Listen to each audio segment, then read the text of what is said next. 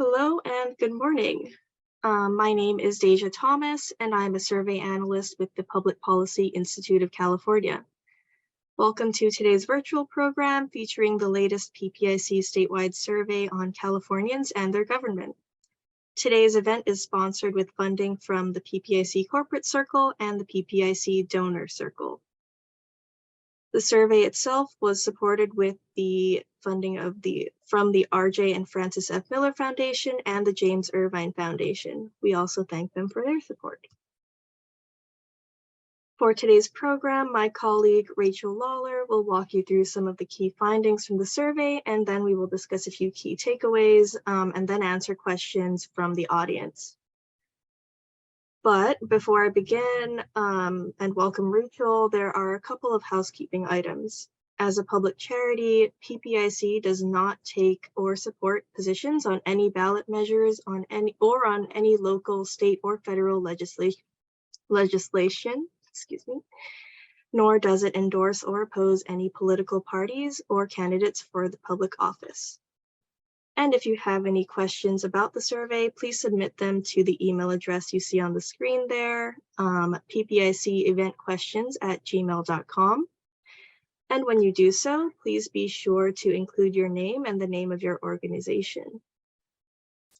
I would now like to welcome my colleague and fellow survey analyst, Rachel Lawler, to begin. Rachel? Thank you, Deja, and thank you to all in the audience for joining us for this briefing and for your interest in this work. If you give me just a moment, I will go ahead and share my screen so that you can all follow along with me. So before we begin, I would just like to acknowledge my other co-authors of this report. That includes our survey director, Mark Baldessari, Dean Bonner, who is the Associate Survey Director, as well as Deja Thomas, who you just heard from and who is my fellow survey analyst. And I myself would also like to acknowledge and thank our funders, the RJ and Francis F. Miller Foundation, as well as the James Irvine Foundation. As you might know, this is the 25th year of the statewide survey, and the Californians and their government series has been examining the public's opinion on state and national issues since 1999. This series covers a wide range of perceptions and attitudes and policy preferences. And for those of you who might be joining us for the first time today, and maybe you're unfamiliar with the PPIC statewide survey, its mission is to provide timely, relevant, nonpartisan data on political, social, and economic opinions. And we hope that that data will then be used to help inform and improve state policymaking, raise awareness, and also encourage discussion. And in the past 25 years, PPIC has provided a voice for over 400,000 Californians on more than 200 general, issue-specific, and regional surveys. The survey we're going to be talking about today was conducted online from May 17th through 24th using the Ipsos Knowledge Panel. And the interviews were conducted in either English or Spanish according to the respondents' preferences. And finally, our sample includes 1,576 California adults. And of that total sample, we have identified 1,062 of those respondents as likely voters. And the margin of error is 3.2% for our all adult sample and 3.9% for likely voters. So to start off, we're going to go ahead and take a look at what Californians are saying the top issues facing the state right now are. And these findings are based on an open-ended question where respondents typed in their own answers. And like we've seen in our other recent surveys, the combined category of jobs, the economy, and inflation, and then separately homelessness are the two issues at the top of the list. And we find 27% name economic issues and 16% cite homelessness. So overall, if you take those two together, we have 43% of Californians saying that one of these two issues is most important. And for those of us who do any kind of survey research, we know that 43% focused on naming only 2 issues in an open-ended question is quite large. And it really speaks to the pervasiveness of these issues and where Californians' priorities are right now.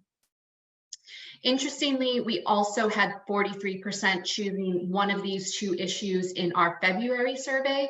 So there hasn't been much change in the past several months when it comes to perceptions about the key issues facing the state. And briefly, rounding out the top 5 issues that were mentioned, we have housing costs and availability at 11%, crime, gangs, and drugs at 7%, and 6% of adults say that environment, pollution, and climate change is most important. And as you can see in the chart across regions, residents are most likely to mention jobs, the economy, or inflation. And we also find 30% of Democrats and 24% of Republicans and independents mentioning economic issues. Across partisan groups, Republicans are the most likely to mention crime, while Democrats and independents are the most likely to mention housing costs and availability. And finally, economic concerns, or excuse me, the issue, combined issue of the economy, jobs, and inflation is tops across all demographic groups, with the exceptions of African Americans and Asian Americans who cite homelessness more often. And since it is the #1 issue, we're going to move on to Californians' views on the state economy. And one question that we have been asking consistently since pretty much the beginning of the statewide survey is whether California will experience good or bad economic times during the next 12 months. And with inflation cooling a little bit anyway, but a lot of economic uncertainty still looming, about 7 in 10 adults expect bad times in California, while just 32% expect good times. And that's very similar to what we measured in our February survey, as well as last November. It's also similar to the level of pessimism we saw at the end of 2020 when we were still right in the middle of the COVID pandemic. Today, this economic pessimism is widespread, with majorities across regions and demographic groups expecting bad times. And we do see majorities across partisan groups expecting bad times as well, but Republicans and independents are far more likely to be pessimistic than are Democrats. And before we move on to the next slide, I also wanted to mention that in a separate question, we found that 45% of adults say the state is generally going in the right direction, while 54% saying it's going in the wrong direction. And this is a continuation of a trend we have seen in recent years where half or fewer feel the state is going on the right path. So with a slim majority saying that California is going in the wrong direction and a strong majority expecting bad economic times over the next year, there really is a substantial amount of negative sentiment, or at the very least, a lot of uncertainty about the current state of affairs. And digging a little bit deeper into views on the economy, we asked whether or not California is in a recession. And about 6 in 10 adults believe that it is. And most of these folks think that it is moderate rather than mild or severe. About 4 in 10 think that the state is not in a recession. And these perceptions haven't changed very much since we asked this question in February. And they also haven't changed very much compared to February of last year. Today, Republicans are much more likely than independents or Democrats to think California is in a recession, and they're also much more likely to say it is a serious recession. And again, we find that majorities across regions and demographic groups feel this way, but the shares that say it is a serious recession is higher in the Central Valley, as well as among African Americans. So 31% in each of those groups say it is serious. And I'm going to wrap up the section on economic topics with this slide, which shows that despite inflation cooling off a little bit, a majority of 57% of adults say they have experienced financial hardships due to recent price increases, with about 1 in 4 saying it has been a serious hardship for them, and about 1 in 3 saying it has not been serious. And the remaining 42% of adults say that they have not experienced any economic hardship because of rising prices. And if we compare these numbers to our February survey, we find that overall findings are similar. So the overall number of people saying they have experienced hardship is quite close to what we saw this month. But the share saying it was a serious hardship was somewhat higher at 30% in February compared to 23% today. And that 23% is actually the lowest share who said they have experienced serious hardship since we first started asking this question in March 2022. So that may be where we are seeing the reflection of inflation cooling off a bit in the past few months. And if we break this data down by region, we find that residents in the Central Valley, Inland Empire, and Los Angeles more often say they've experienced hardship than those living elsewhere. And across demographic groups, hardship is most often reported among Latinos, those with a high school education only, renters, and those making less than $40,000 annually. And among all of the groups that we capture, the share saying it has been a serious hardship is highest among those lower income earners at 46%. And as I'm sure many of you know, earlier this month, Governor Newsom unveiled a revised $306.5 billion budget and announced that the state budget shortfall had grown to $31.5 billion, which is up from the previous estimates of a $22.5 billion deficit. So we included a very brief summary of the revised budget plan, and you can find that wording in our full report, which is on our website. And we asked whether Californians favor or oppose the plan. And about 6 in 10 adults and likely voters say that they favor the proposal, 37% oppose it, and a small, roughly 4% either haven't heard anything about the budget or don't know. And these figures are almost identical to what we found in February when we asked the same question of the governor's initial budget proposal. And we do find majorities across regions as well as demographic and partisan groups favor the governor's revised budget, with the exception of Republicans. Among them, 67% are opposed. And finally, across regions, support for the budget proposal is highest in LA and lowest in the Orange and San Diego areas. Governor Newsom has also put forth a number of proposed solutions to help address the budget shortfall, and we included 2 of those proposals in our survey, the first being a combination of cuts, delayed spending, and shifts in funding sources to areas such as workforce training, transportation, housing programs, and efforts to fight climate change in order to help bridge the gap between the spending and revenues. And when asked if this approach is a good or a bad idea, 55% of adults and 56% of likely voters say it is a bad idea, while 42% of adults and likely voters think it's a good idea. And Californians were actually a bit more divided over these cuts when we asked about them in February. At that time, adults and likely voters were split about 50-50 over whether it is a good or a bad idea. But today, majorities across partisan groups say these cuts and spending delays are a bad idea. So this is an area where we do find partisan agreement. And regionally, about 6 in 10 in the Central Valley, the Inland Empire, and the Bay Area hold this view, while those in Los Angeles and Orange, San Diego are more divided. We also find that half or more across all demographic groups believe that the spending cuts and deferred spending are a bad idea. The governor's plan also refrains from accessing the $22.4 billion in the state's rainy day fund to partially address the budget shortfall. And again, we asked if this is a good or a bad idea, and a strong majority of adults and likely voters say that not using the rainy day fund is a good idea, while around a quarter think it is a bad idea. And these views were also similar 3 months ago when we asked this about the governor's initial budget proposal. We again find agreement across partisan groups saying this is a good idea, but Democrats and independents hold this view more often than Republicans do. Solid majorities across regions and all demographic groups also say it's a good idea, but at 74%, men are more likely to say this than are women at 63%.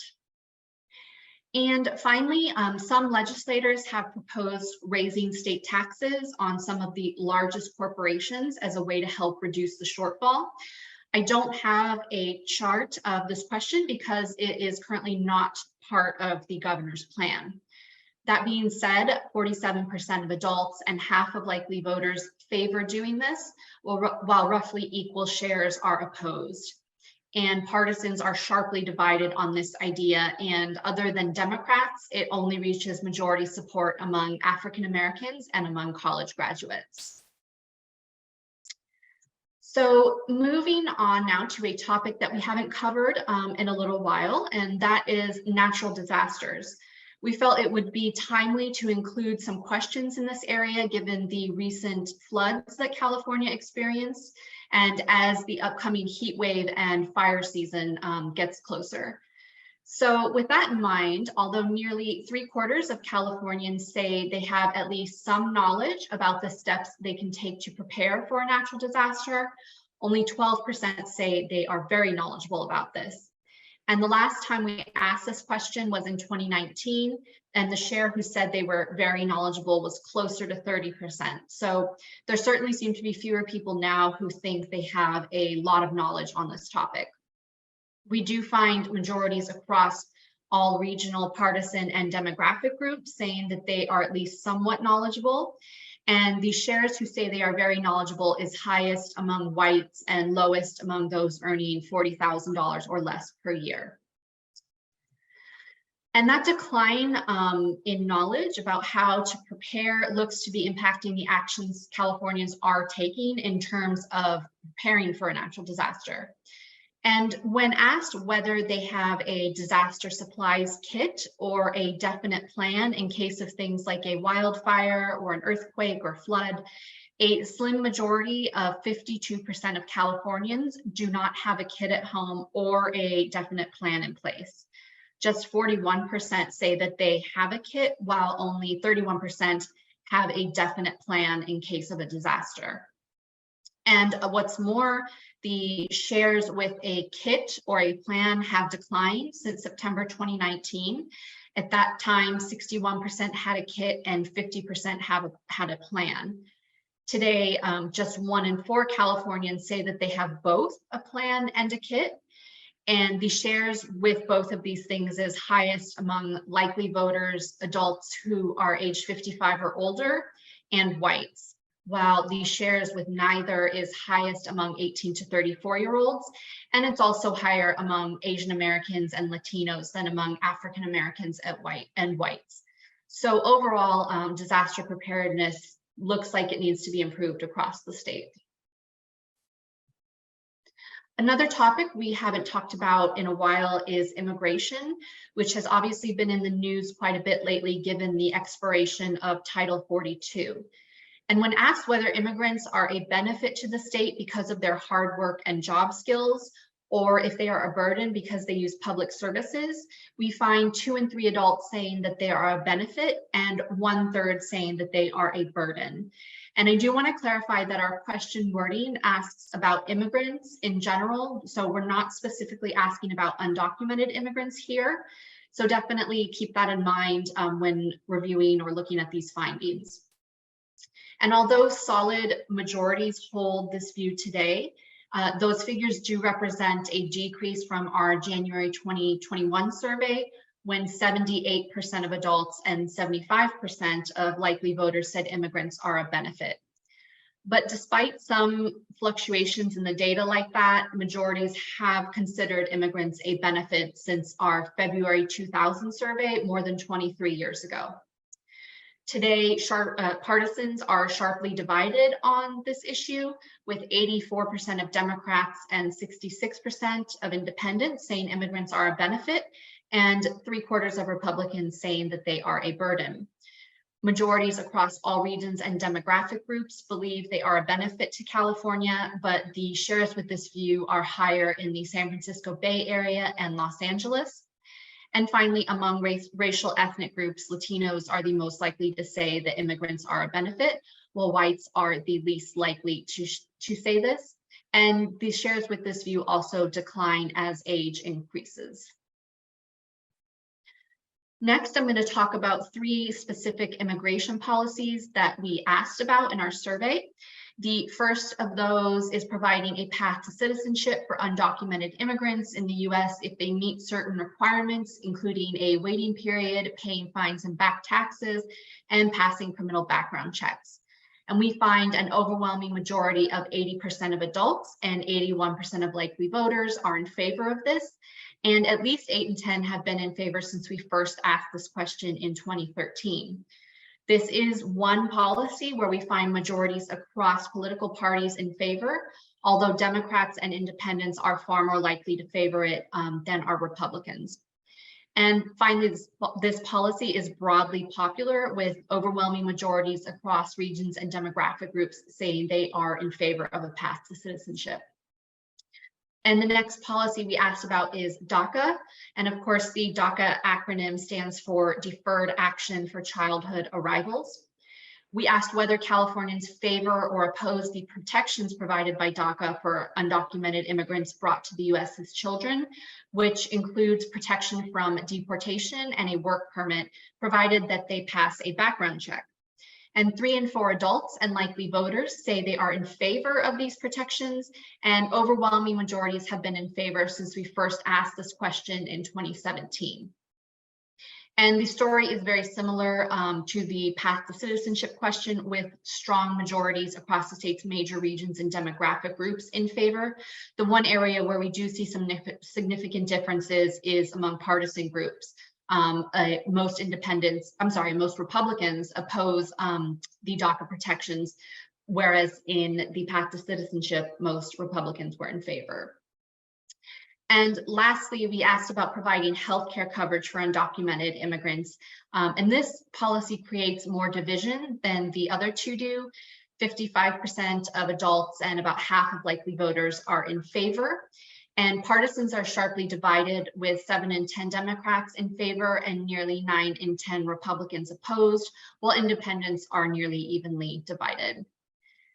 And finally, regionally, we find that majorities in LA and the Bay Area favor healthcare for undocumented immigrants compared to about half elsewhere, and half or more across demographic groups are in favor, with the exceptions of whites, those Californians age 55 and older, and homeowners.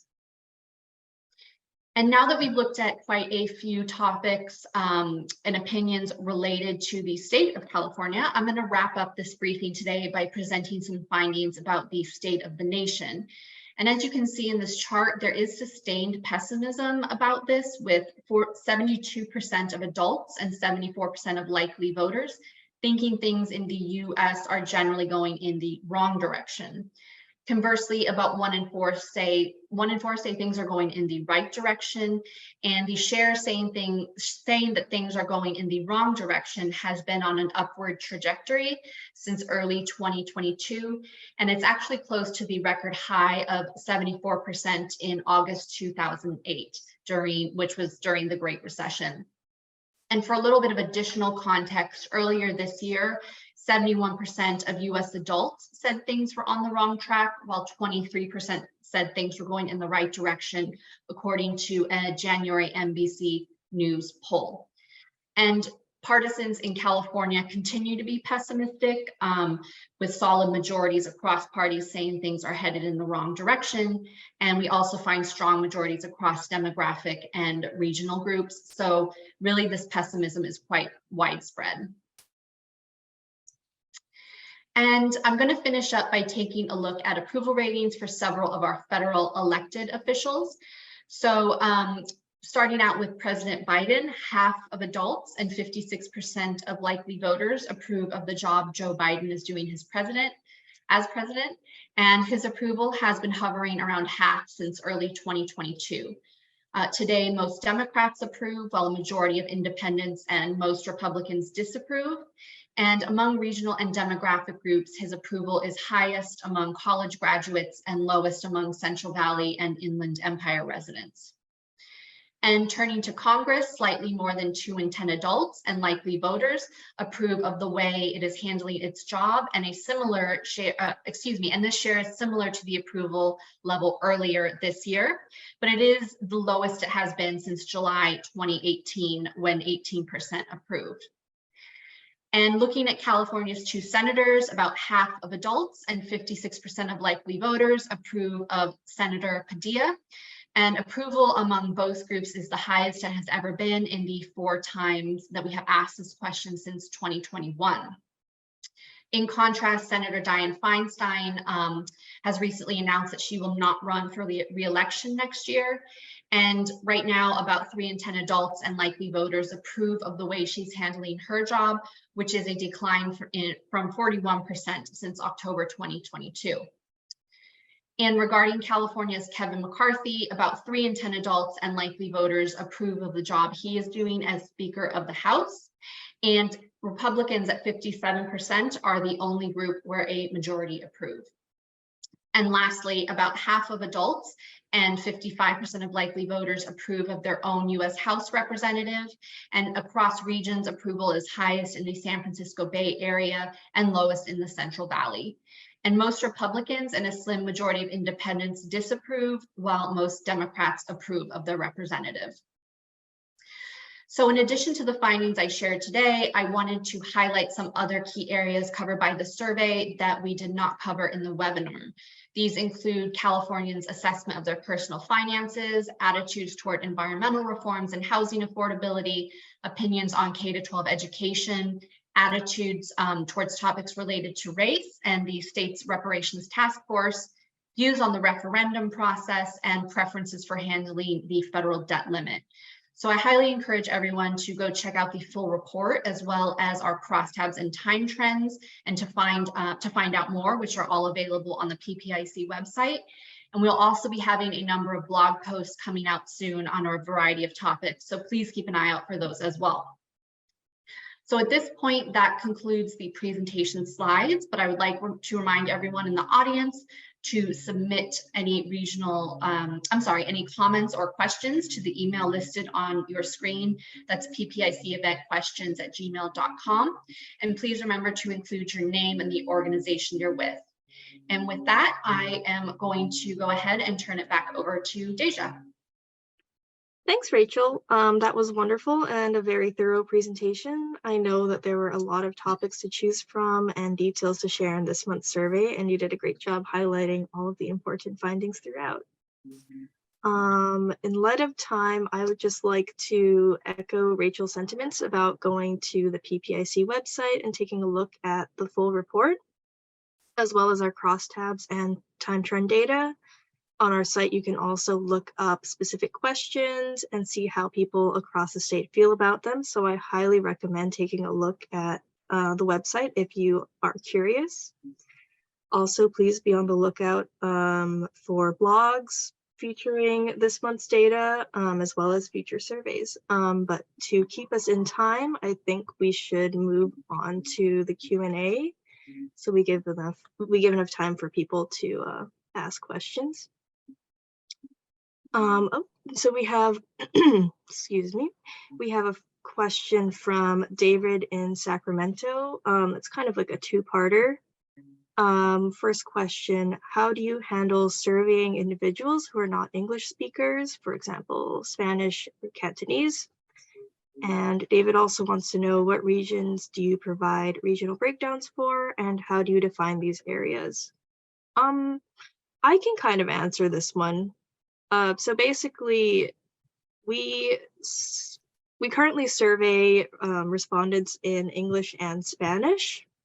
And Rachel, maybe you can go into a little more detail about how the selection process works, but I know that we simply just provide those options to people who are taking our survey, and they can select either English or Spanish. At one point, we were offering Asian languages, but in the current method, that is not really the case anymore. As for regions, we typically break down our data among 5 different regions. So that would be, as Rachel was talking through her points, you noticed how she had said Central Valley, Inland Empire, Los Angeles, Orange, San Diego, and the San Francisco Bay Area. So those would be the 5 regions. And you can see a list and breakdown of which counties are included in each region on our website. I believe it should be in the methodology. Rachel, did you have anything to add there? I'll just add, David, just very quickly, in terms of surveying individuals who are not English speakers. So as Deja mentioned, we do offer the survey in English and Spanish, and they can select which language they feel more comfortable taking it in. So we run our survey through the Ipsos Knowledge Panel, and that panel is actually recruited in English. So most, I would say nearly all people at least that are on that panel are proficient English speakers. And then if they do happen to speak Spanish and prefer to take the survey that way, they can. And as Deja also mentioned, we did offer some additional Asian languages in past surveys. But again, because the panel is recruited in English, we saw little uptake in people actually completing the survey in those languages. So for now, we've chosen to stick with English and Spanish since those are the predominant languages spoken in California. And then as far as the regions go, Deja outlined that well. We do have a map in our survey report that shows which counties fall into which regions. You may notice that there are some counties that are not accounted for in those regions, and that's just simply because we don't have a big enough base size in those areas, but those people are included in the overall sample. So we are getting a mix of people from all over the state. So hopefully that helps answer your questions.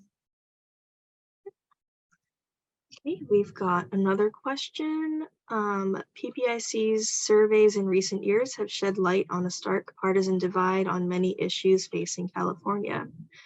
Are there any topics or policies on which your survey is finding bipartisan agreement? I can start with this one.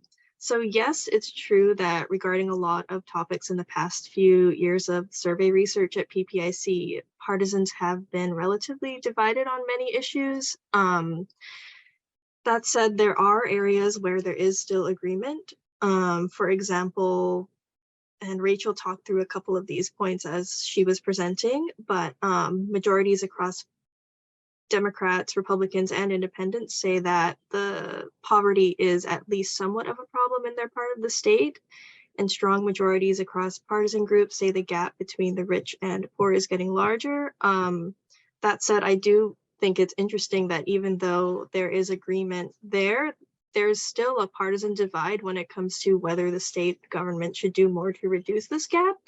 So I think I just find that really interesting.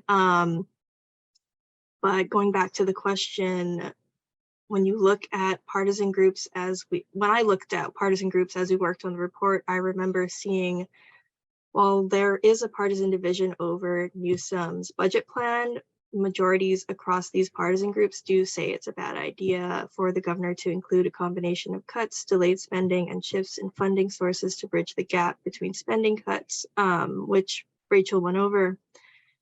And as she said earlier, you also see partisan agreement that it is a good idea for the governor to refrain from accessing the state's rainy day fund. There might be a couple I'm forgetting, but please take a look at our crosstabs if there's something specific you're looking for. That said, I think it's important to highlight areas where there is partisan agreement, especially since we're in a time where we don't really see it as often. Yeah. And definitely, I was going to say, we also, our survey director, Mark Baldessari, has actually written a few different publications on the kind of hyper partisanship that we're seeing nowadays. And you can find all those on the website as well. So as Deja said, it's interesting and sometimes reassuring to see that there are still places that partisans can find common ground on. Yep. Oh, sorry. Got distracted by the next question. Concerns about crime have been widely covered in the news recently. What does this latest survey say about how Californians view crime and public safety. Rachel, did you want to start with that one? Sure. So we have covered public safety a little bit more extensively in some of our other recent surveys in the past several months and last year than we did in this one. But there was one place where crime and public safety was mentioned, and that was in our open-ended question on the most important issue facing the state. I briefly mentioned this at the very beginning of the presentation, that 7% of adults and likely voters said that crime, gangs, and drugs is the most important issue. And that 7% makes it the fourth most important issue overall, behind obviously the economic issues, homelessness, as well as housing cost and availability, I believe. And so if I go back and look at this same question, this is the first time that crime has been in the top 5 issues since January of last year, so January 2022. And prior to that, it hadn't been in the top 5 issues since 2018. So it does seem like it is becoming a bit more of a common concern among Californians. And today, Republicans and San Francisco Bay Area residents are the most likely to mention it as most important. And this is something that we'll definitely keep an eye on. And if this is a particular topic of interest to you, make sure to go back and look at our past surveys where we have additional questions on this, and also keep an eye on future surveys when I'm sure we'll ask about it again in the near future. So hopefully that helps. Yep. I also just want to say that I wrote a blog using February's data in our last briefing, and if it's online, if you want to take a look at that, just to take a look at our most recent findings related to crime. Yeah, definitely. And alrighty, I think this may be our last question. Who knows? What are your thoughts on the high level of economic pessimism reflected in your survey, given that the labor market has been solid in recent months, both in California and nationally? Yeah. So while we both kind of touched on this, well, I had planned to touch on this in my key takeaways, but Rachel really touched on this earlier. I'm happy to discuss a little more. And in the survey, we're seeing that nearly 7 in 10 adults think that there will be bad economic times in California over the next 12 months, and 3 in 4 Californians say the US will experience bad economic times over that same time period. We also see that a majority of adults say California is in a recession, which includes 2 in 10 saying a serious recession. And going back to the question, even though the labor market has been solid in recent months and inflation is supposedly cooling in the state and across the nation, Californians are still highly pessimistic. And I think a couple of the reasons why can be gleaned by looking at other questions, such as the personal finance question.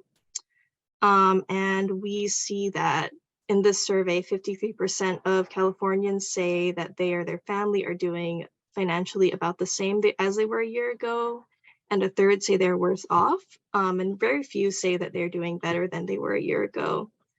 So while things might be looking better in one perspective, it also seems to be at least partially true that people aren't seeing that much of a positive change, if at all, at a personal level in their finances. Partially, and speaking from my own experience, I'm assuming a lot of it has to do with the fact that prices are still high, regardless of any inflation cooling. And I think that might be it. I think, hold on, let me situate myself. Okay, so with that, I think we reached time, and this is the end of our program. Rachel, I'd like to thank you again for your great presentation and Q&A and discussion. Once again, I'd also like to thank our funders. And finally, thanks to all of you in the audience for joining us today online.